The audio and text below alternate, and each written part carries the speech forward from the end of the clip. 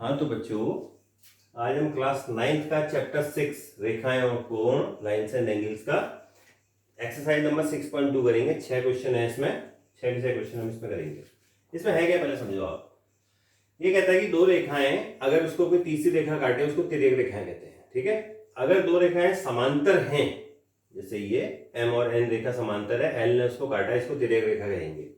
तो संगत कोण बराबर होते हैं। संगत कोण कौन से हुए देखो, 1, 5, मतलब तिर्यक समांतर रेखाओं के ऊपर वाले कोण दोनों ले रहा हूं जब, और तिर्यक रेखा के लेफ्ट साइड वाले कौन से होंगे, 1 and 5 बराबर संगत कोण हो गए। 2 and 6 बराबर, 4 and 8 बराबर, 3 and 7 बराबर, ये लिखा हुआ है। फिर है अंतः एकांत। अंतः माने दो समांतर रेखाओं के बीच अंदर के। एकांतर कोण माने एक इधर का होगा तो दूसरा इस साइड का, एक इस साइड का तो दूसरा इस साइड का, वो एक ऊपर एक नीचे। ठीक है, तो इसका मतलब 3 और 5 बराबर होंगे, 4 और 6 बराबर होंगे, ये हो गए कोण 3, कोण 5 और कोण 6, कोण 4 बराबर होंगे, ये अंतर है। ऐसी बाह्य एकांतर कोण भी होता है। बाह्य मतलब इसके ऊपर इसके नीचे, मतलब बाहर की तरफ, समांतर रेखाओं के बाहर की तरफ, और तिर्यक रेखा के एक ऊपर, एक लेफ्ट साइड होगा तो दूसरा राइट साइड होगा, मतलब 1 7 के बराबर, 2 8 के बराबर। ठीक हो गया। और तिर्यक रेखा के एक ही ओर के अंतः कोण, जैसे 4 और 5 है या 3 और 6 है, ये संपूरक होते हैं। इसका मतलब 4 और 5 कोण को अगर जोड़ेंगे हम तो 180 आएगा, ऐसे 3 और 6 को जोड़ेंगे तब भी 180 आएगा।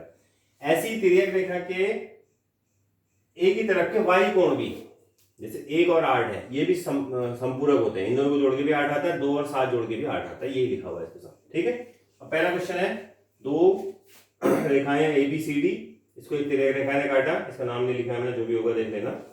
तो कह रहा है ये 50 है, ये X है, ये Y है, 130 है, तो कह रहा है ABCD समांतर होंगे, सिद्ध करो। हमने कहा ठीक है जी, ये 50 और X कैसे रैखिक कोण है, इनको जोड़ के 180 आना चाहिए, लिख दिया।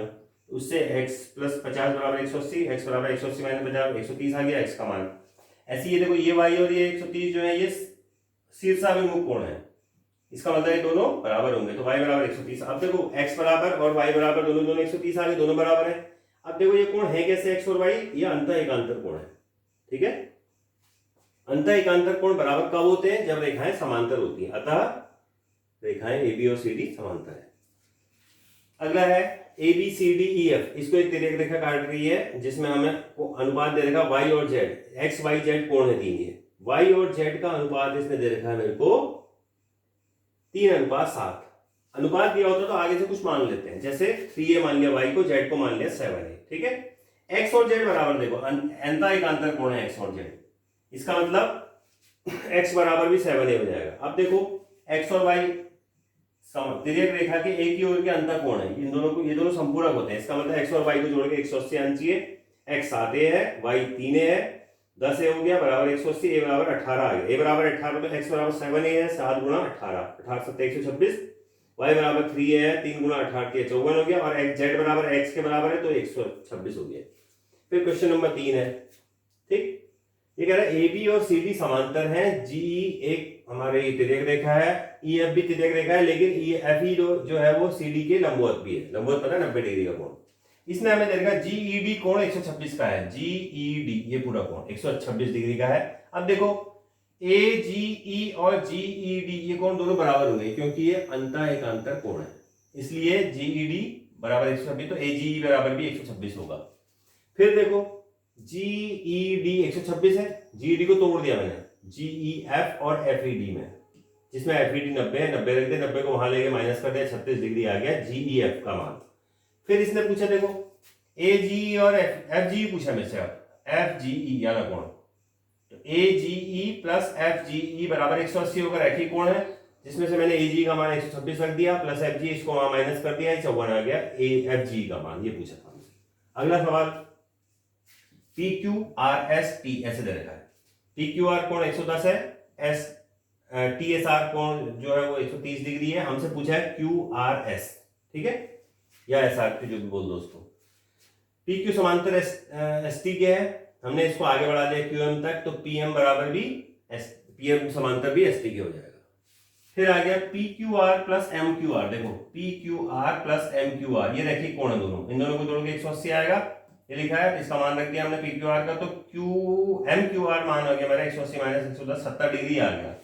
ठीक है, ऐसे ये 130 है तो TSM और SMQ ये दोनों बराबर होंगे, SMQ TSM, ये अंतर एकांतर, ये 130 हो गए, ये 130 है तो इन दोनों को जोड़ के 180 आना चाहिए, किस किस को, SMQ और RMQ को, QMR को बोल दो, QMR, हाँ, तो इन दोनों को जोड़ के 180 आना चाहिए, 130 इसका मान रख दिया SMQ का, इसको वहां माइनस कर दिया, 50 डिग्री आ गया QMR, ये 50 हो गया, ये 70 हो गया, तो तीसरा कोण, तीन त्रिभुज के तीनों कोणों का योग 180 होता है, ये लगाया हमने त्रिभुज के तीनों कोणों का योग, दो का मान रख दिया 50 70, तो QRS या QRM है यहाँ पर, अभी QRM बराबर आ जाएगा हमारा, घटा दिया इसको जोड़ करके वहां सब्ट्रैक्ट कर लिया, 120 घट गया तो ये हो गया 60 डिग्री, जो QRM होगा वही QRSB है, तो QRSB 60 डिग्री हो गया।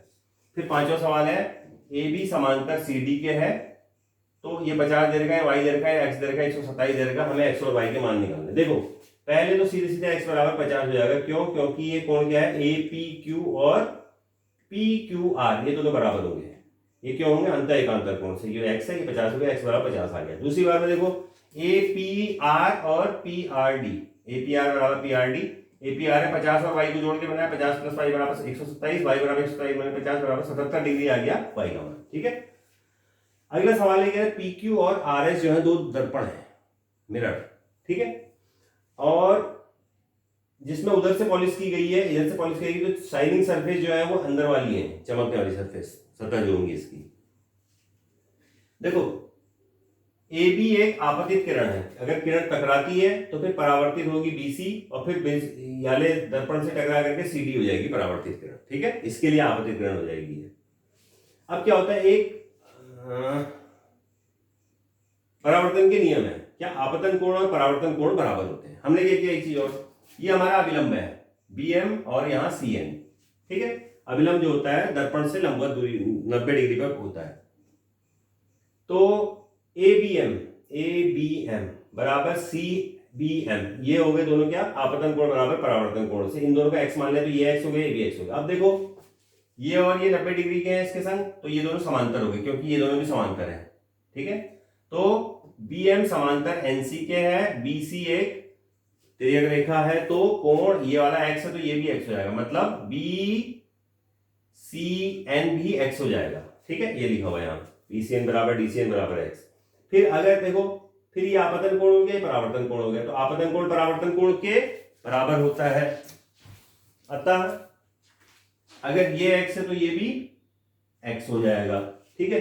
अब देखो ABC कोण कितना हो गया, x और x जोड़ के 2x हो गया, और BCD कोण x और x जोड़ के ये भी 2x हो गया, ABC बराबर BCD। देखो ये अंतर एकांतर कोण है, ABC और BCD अंतर एकांतर कोण है और बराबर भी है। बराबर कब होते हैं, जब रेखाएं समांतर होती है, अतः AB समांतर है CD के, यही सिद्ध करना था, ठीक है। Thank you.